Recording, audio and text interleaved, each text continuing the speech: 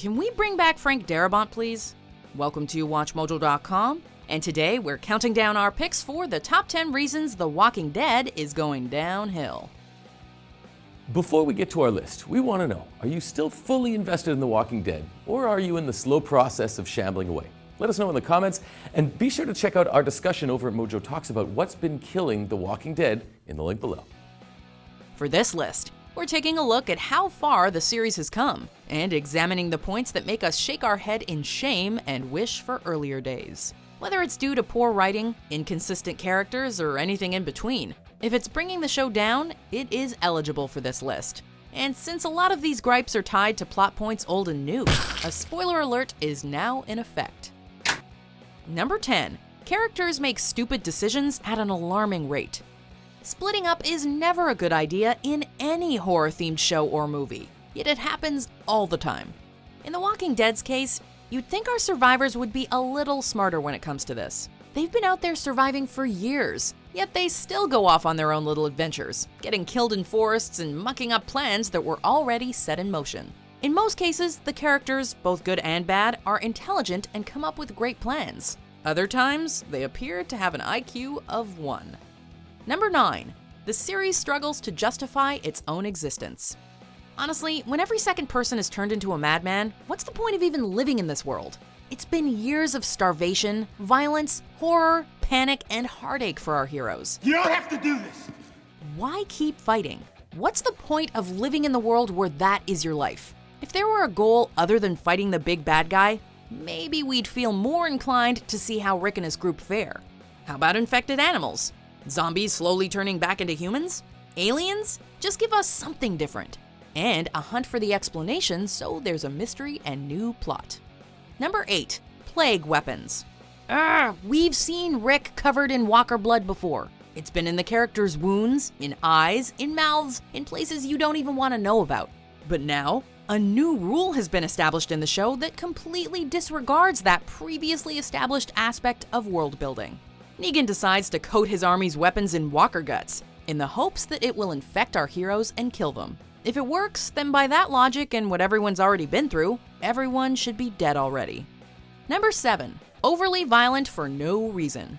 We know the show's violent, it has to be. It's a violent world. Gratuitous violence, on the other hand, is just there for the shock value. Or even worse, to pad out the running time of a very thin episode. What the hell are you gonna do now, sport? It doesn't add anything besides showing off some admittedly impressive use of practical makeup, and after a while, the audience just becomes numb to it. Sure, that takes viewers on the same journey as the characters, but it doesn't make the constant violence any less tiresome. Number 6. The CheapPloy Cliffhangers. Sometimes these can be effective. They get people talking and eager to find out what happens next. But The Walking Dead has been full of them lately, and their impact has almost completely been lost. The major one was not revealing Negan's victim at the end of Season 6. Aside from that, we got the infamous Dumpster Gate, a Glenn death fake-out that cheapened his actual death later on. We also got Daryl being shot by Dwight, only to find out it's just a small wound. Come on guys, give us real tension and stakes, not these cop-outs. Number 5. It's too hard to get invested in the characters. We cared about these characters in the beginning. Each member of the group was fully thought out and developed, and brought something to the table.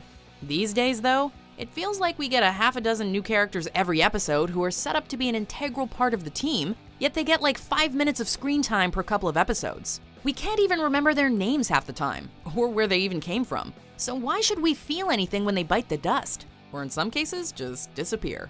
Looking at you, Heath. Right. Number 4. Stretching out plot lines far too long.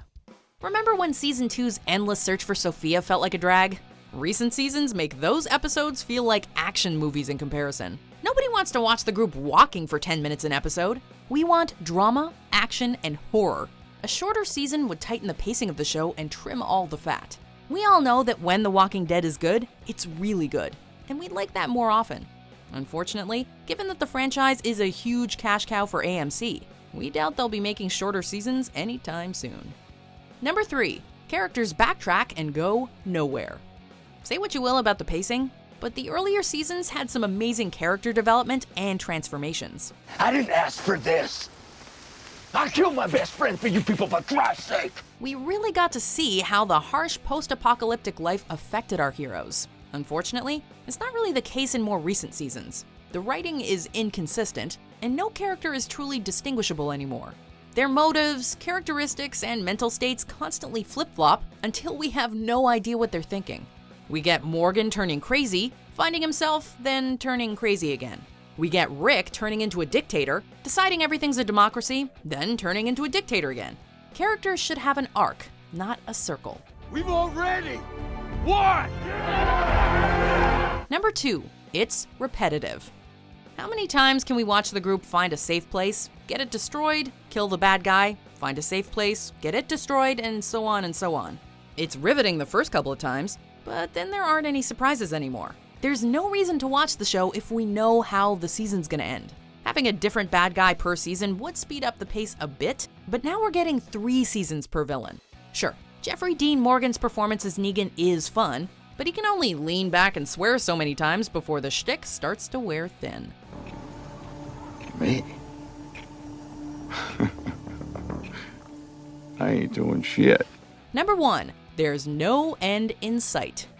We can allow The Walking Dead to not have a clear objective in sight for the first couple of seasons, but after 8 seasons, we need some kind of goal or reason to keep watching. Just surviving isn't exactly an exciting plotline to watch, and apparently, neither are endless assassination attempts on Negan. With no major game-changing plot device in sight, what we're seeing in the show today is probably going to continue on into seasons 10, 12, 14, and onwards, until the series is but a shambling, empty husk of what it used to be. Oh, honey, look at you. You're a damn mess. So, agree with our list? Or are you still sporting your weekly shittin' pants as you tune in for Rick and his gang's desperate struggle to survive? And make sure to check out our discussion over at Mojo Talks about what's been killing The Walking Dead. Click on the link below. Do you agree with our picks? Check out these other great clips from WatchMojo and subscribe for new videos every day.